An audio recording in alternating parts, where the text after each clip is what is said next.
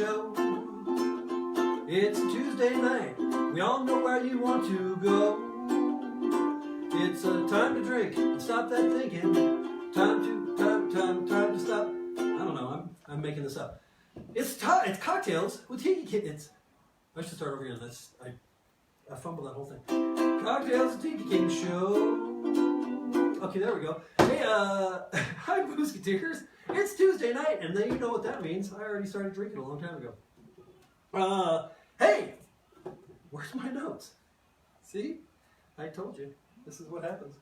I had everything ready, and then it wasn't ready suddenly. I gotta grab. Look, can you grab my notes, producer Mango? Should be right there on the table.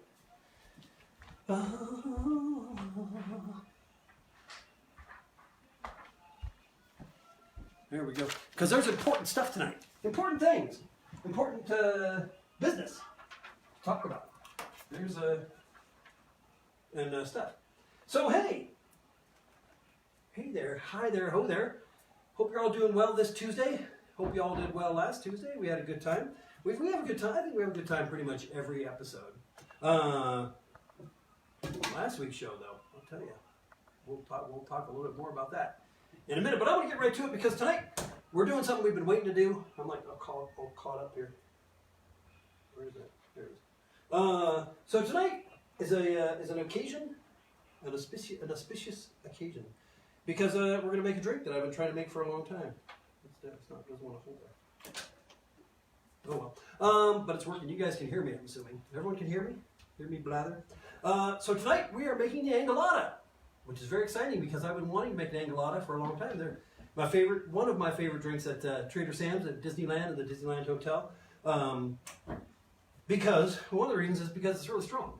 And you know, we've talked about the Angolada and we've gone there, we've done live, we've drank several of them. You know, me and Boozeketeer CJ went there, did the Angolada challenge. But I have not made them here in the home bar. And you see, I know what you're thinking. You're just like, Tiki King, why? Why haven't you made them? Well, I'll tell you why. Here's the thing. Here's the difficulty. It calls for Smith & Cross Navy Strength rum. Now, all of you Boozeketeers who've been along the road here with us, you know, I talk a lot about the various different strengths of rum and proofing. We did the gunpowder proofing, which was exciting, and we talked about all stuff. So, but here's the deal. So the Angolada calls for Smith & Cross Navy Strength rum, and then some other stuff, which I happen to have all that other stuff. But I've been trying to find Smith & Cross Navy Strength rum, and it is elusive. I've tried to order it from places. They won't deliver it. They won't send it. They won't. I know it's out there, and I know I can get it if I think about it in time to do it, but I never do. That's the truth of the matter. But last time I was out on my quest to find some, I found something else. And I thought, you know.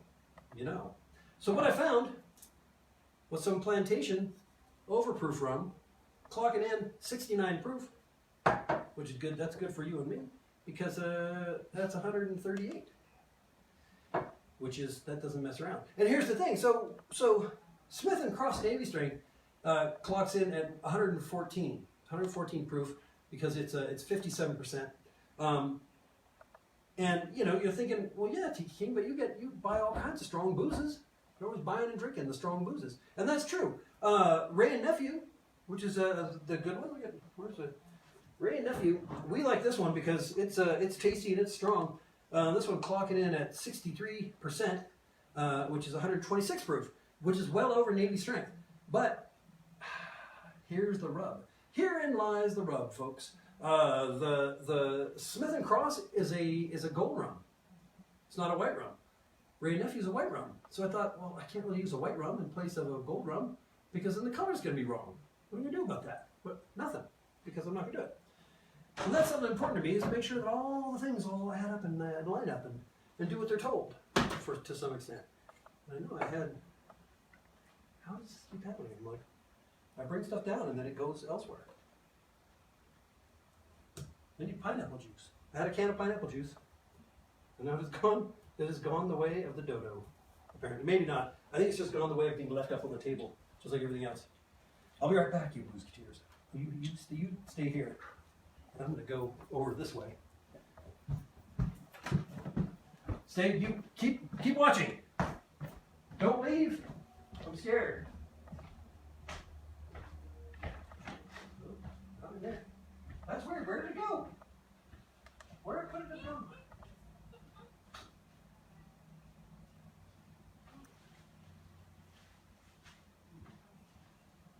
now disconcerting because I had some special waiting.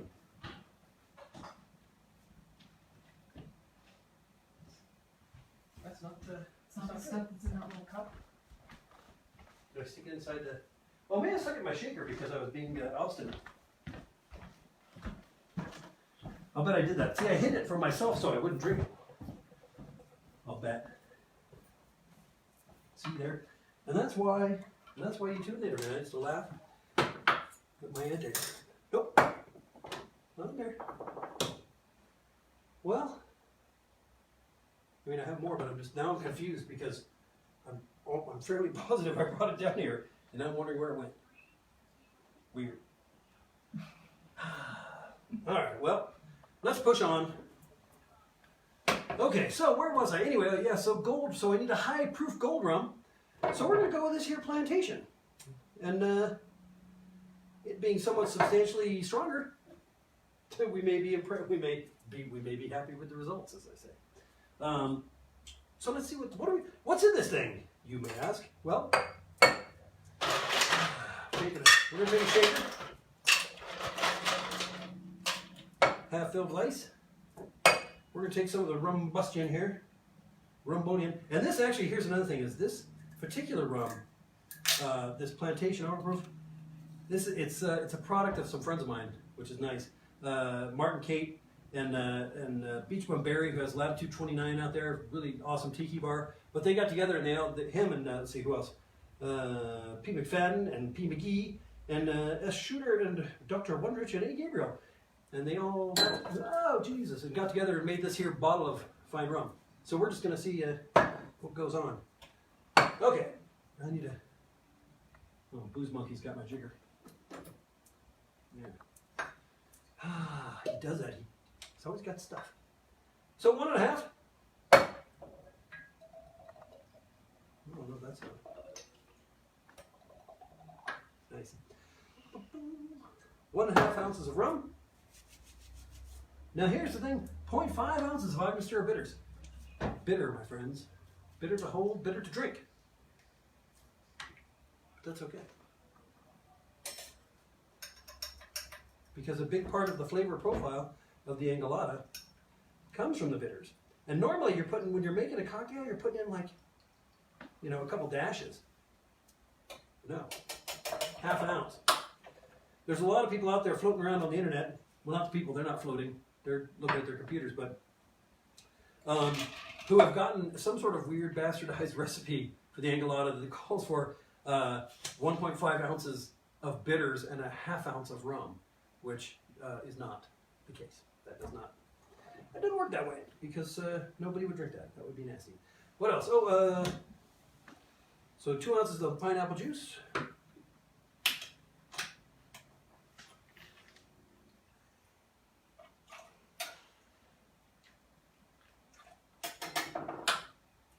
And we're using tonight's jigger. We're using a 1 and 1.5. We always talk about the jiggers and the different sizes they are.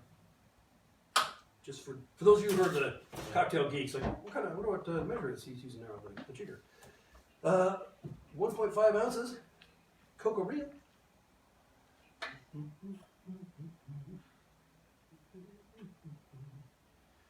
That's just thick.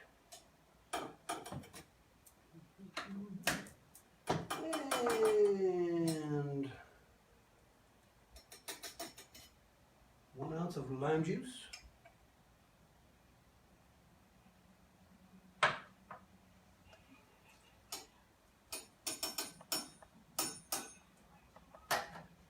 Set that there for now. That's it. Combine it in the shaker. What is it? What is happening? I have 2 shaker bottoms. I have 2 bottoms. What am I? I'm 2 bottoms could be nice for some things, I suppose, but not for shaking cocktails. You got to have both. It's the yin and yang. It's the zing and the zang. I don't know where the other ones are. It's not over there. Is there just a short looking? The other ones. No, there should just be just a short looking. I can't find it. Oh, wow. Well, oh wait, here it is. that's probably right there. I'm gonna Here trade. it is. I'm gonna trade. go. See, if I just had two, if I had two of these, then I could have made 2 cocktails at the same time. I did the double shaking like they do on the flair bartending contest. But I don't really do the flair bartending. That's not my. It's not my jive. It's not my my gig, as it were. Using a fine shaker, brought to you by the Boozeketeer. Yes, Ivy's Boozeketeer. Down in Salt Lake City, where you can get everything but the booze. Tell them Tiki King sent you.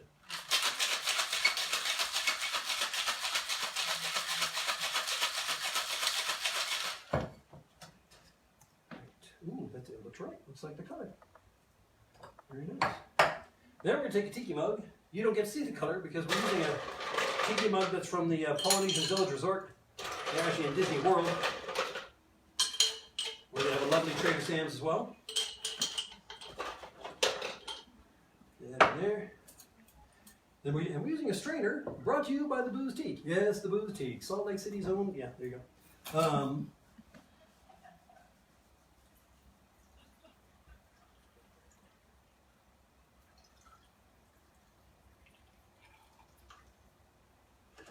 There we go.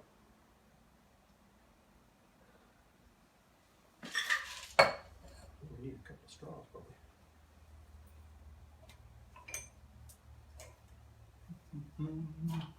Oh, and a garnish and a couple of Luxardos to toss in there. I don't have a pineapple leaf though to skewer these onto, so hopefully they won't get lost in the nonsense here. All right, let's give this a try.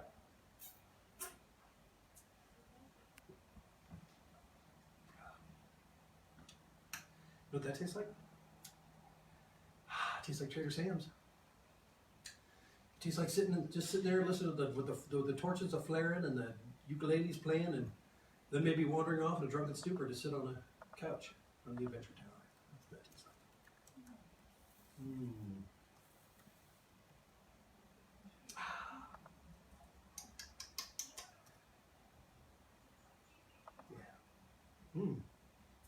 like. Success, folks. I would say. You know what?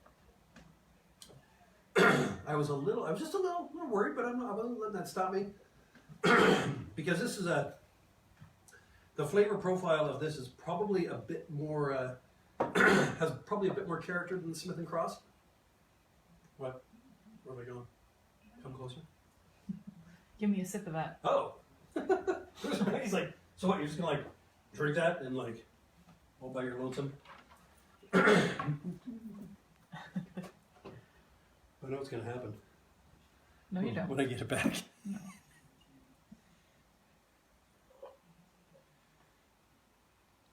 Take it. It's good. No, we'll get them later. Okay. I figured for sure she was going to respond to the Luxardos because she likes the Luxardos. What do you think? It's good. I would say that's a. It tastes just like Trader Sam's. Tastes just like it. Yep. Yeah. Well, that's good. We've won, Boozeketeers. We have won. We fought a long and lonely battle, and then we just finally used the wrong stuff, and it's still good. But that's okay. We're going to find Smith and Cross, and when we do, we're going to mix up some Angoladas, and people are going to dance, and children are going to cheer, and people are going to make goat masks, and wander about the place eating cheese and wondering why they're doing that, and they'll know. The people will write about it. And the tones that will be rung out across the country by hunchbacks saying, the Angoladas are here. So there we go. You know what? I'd set up all this thing. So I'd set up all this thing to talk about all the stuff, but I didn't. But that's okay because now we're past that. Now we're past that, Boozeketeers. We've got our Angolada. This, and you know, as you know, those of you who watched the shows previously know about the strength of the rums and the strength of the Angolada. And some of you may have watched when we lit the rum on the gunpowder on fire with the rum and did the proofing. So that's the thing is you go there to go to Trader Sam's, you get this Angolada and the Navy strength rum. It's good stuff, and it's probably the best bang for your buck. Maybe not everybody's taste as far as some people like something a little lighter and smoother, but you know, you want to go gung ho. Angolada, way to go. Which brings us to my next subject, which was that last week's show at Hula's? I guess it was, huh? Mm-hmm. Yeah. How many of you watched the debacle That was last week's show at Hula's. Because we had a good time, though. You know, we went in there and we were playing with the bar towels and, you know, clinking drinks and all this stuff and having ourselves a good old time. And then things went awry. But then they came back. And so it was all okay. But it brought up a thing that, couple of things. And one is that one of the Boozeketeers took it upon themselves to call Hula's and let them know the error of their ways, which we're not sure, but that may have contributed to the speedy reconciliation of the show. But the thing is, you know, I don't know how many of you out there are you know, do live streams, maybe do them from different bars and stuff, and it didn't really occur to me that it might bother somebody, but apparently it did. And the reason it was because there was a misunderstanding. Basically, a misunderstanding of what we were doing, which led to a mishearing of a lot of words, and which reinforced the whole thing. And once we got it all straightened out and talked to the person, it was all okay, and we continued on. And the whole thing is up on YouTube right now. You can watch the whole combined because there was 2 episodes. First episode that ends with me saying, well, I guess I'm going to end this live stream. And then it pops back up a little while later with, hey, we're back, you know. Yeah, the whole thing is up on YouTube, which some of you may know, some of you may not know. That's where the shows go when they die. They go up on YouTube. No, generally, I try to, on Wednesdays, upload the show to YouTube because all the episodes are up there. 82 so far, I think. 82 or 83. Maybe 83. This might be episode 84. I don't know. A bunch of them. There's more than 80. But they're all up there, and I usually, if there's something goes south with the filming, and it gets chopped up into pieces, or we've had cameras upside down, or we've had all kinds of different things happen, then they usually go up on there. I'll edit them all into one thing and then put them up on YouTube, which you can find that an easy link from Cocktales, the cocktail from Booze, from tikiking.com/booze. That's the easiest way to get there. You just go to tikiking.com/booze, and that's all your Boozeketeering needs. You can go there and find all the stuff. There's a link to the YouTube archive that's up there. Yeah, so anyway, so that's one of the things is that the reason that you know it didn't occur to me that someone would get upset about it is because we're generally we don't. One of the things about this show is that I'm not here to say, oh man, these drinks suck and this place is terrible, you know, because it's all so subjective. Drinks, drinking, bars, bartenders, everything, all of it is so subjective that I'm not reviewing anyone's performance, and I'm not reviewing anyone's recipes, or not critiquing. Sorry, I am reviewing. I'm not critiquing what people are doing, because that's not my business. I like the drinks, don't like the drinks. Who cares? You know. I suppose if I went in there, if when I walked in, if the guy would just like jump down my throat about just being there or something, then yeah, I might have come out and said, man, you know. But the truth is, we go to bars and we have a good time, and like I said, we're there to basically try stuff out and let you know what I think. And the thing is, if it's got booze in it, I'll probably like it. So it's maybe not if you're like, well, I want to know if it's good or bad. Well, it's not up to me. That's up to you to go and find out. But I like to find as much positive as I can in any place that we go, because everywhere you go, there's going to be something good. And I've had bars that people said sucked. They're like, oh, that place sucks. And I went in and was like, I like it. Drinks are strong. Drinks are good. They're nice, friendly service, you know. Some people like dive bars. Some people don't. Some people like the fancy drinks. Some people don't. Some people like stuff that's like super, super complicated. Some people just want a beer, you know. So, like I said, so I kind of take great pains to be positive and to basically just kind of tell you what's in it. And I'll tell you if I like one drink over another. Sure, I'll say, you know, which we were talking about. There were, I definitely had my favorite. I wish I could remember what it was now, but that was like our 7th drink.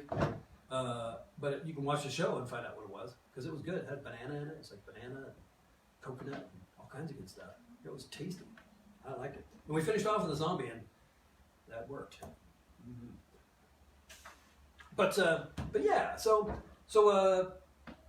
if in the past, I don't know if we've done a show somewhere and someone got offended, I apologize. I'm not there to, like I said, I'm not there to blow your, I'm not there to rain, to rain on your parade. Because I don't like rain either. I just want to have a drink.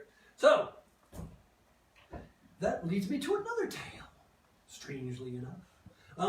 So a week ago, no more than, when was it? We were somewhere. We were up in Carson City, Nevada. Boozeketeers, and we played a show up there, and it was a whole lot of fun. And apparently, drank more beer than any band they'd had before, and sold more beer than any band they'd had. They said they sold that the beer thing just went more than they'd ever seen before. It was neat. It was fun. But then they also said, yeah, you guys drink more beer than any band. They've had like apparently big names and Grammy winners and all kinds of stuff. But we had ourselves a great time up there, and I met a fellow up there, which I can't remember his name, and I probably should have looked it up so that when I blather on, it was like accurate. But we'll talk about him again because you never know. But he runs a thing called the Grassroots Broadcasting Network, and what they do is they go to communities and they show them how to put on shows, and how to have musicians come in, and how to set up community events, and how to stream it out to a whole bunch of people. And so we had a great time with that, and apparently it went out to, I don't know, all kinds of different networks, and we had a great live show, and it was a lot of fun. And so now of course we're looking at, it was a 6-camera shoot, and they had a whole editing thing, and it was all groovy. And now of course we're like, how do we get a piece of that for the cocktail show so they can like be dramatic cuts to like close-ups and stuff. Maybe we can. I don't know. But one of the things that that he did talk about was that I was out of my drink. And he said, Tiki King, how can you go on with your show there knowing that that you're making slurping noises? And I said, gosh, I should probably make another one of these so that I can remind the viewers at home of the recipe. How did it work, you say? How does it go? Are you always up for hearing how it goes? Because I am. Yes, indeedy. We have 1.5 ounces. Stronger than usual rum. Whoa, was that too much? We might have disagreed. We have 1/2 ounce bitters. Bitter, like my soul. Bitter to taste, like a great salt pancake. It's like a great salt pancake of drinks. Bitter to hold, bitter to wear, bitter to taste. That's right. And that was in the wrong sequence, but that's okay. And then we have 2 ounces of the juicy juice. Oh, that juicy juice. When you drink, you know just where it went. Right in your mouth with booze. And then we have, oh, that's right, 1.5 ounces of the Coco Rio cream of coconut. Yes, Coco Rio cream of coconut. They don't sponsor us, but that's okay. Can't be everybody. Well, it could be. I guess we could have every type. Wouldn't that be great? We'll get everybody, right, to sponsor the show. and then I'll have some of everything because they'll send me samples. And then I can invite you all over for a party. How about that? So the Coco Reel and an ounce of lime juice into the shaker, half filled with ice, with a top and a bottom this time.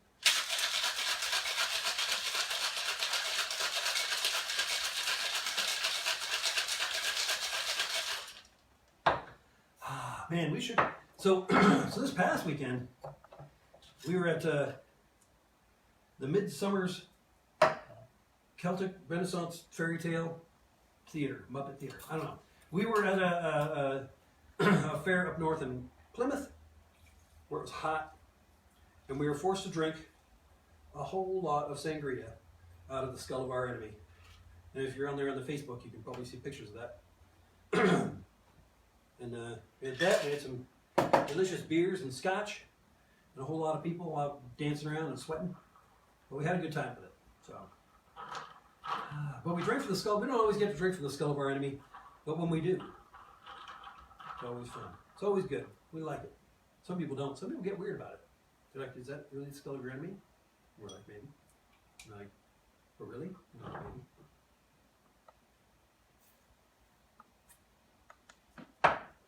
We've only had a few people recoil in horror that I would notice. Angoladas, man. Mm-hmm. Wait, shake. I'm making the no face and shaking it. Yes. I should. I'm one way or not. Oh. But so getting back to the show that we did in Carson City, the fellow up there asked me a question that I've actually been asked by a few other people, which he said, "So do you have sponsors?" And I said, "Yeah, we got a couple. We got the Boozeketeer." Told him about that. Told him about when we used to have, for a very short time, we had do good distilleries, and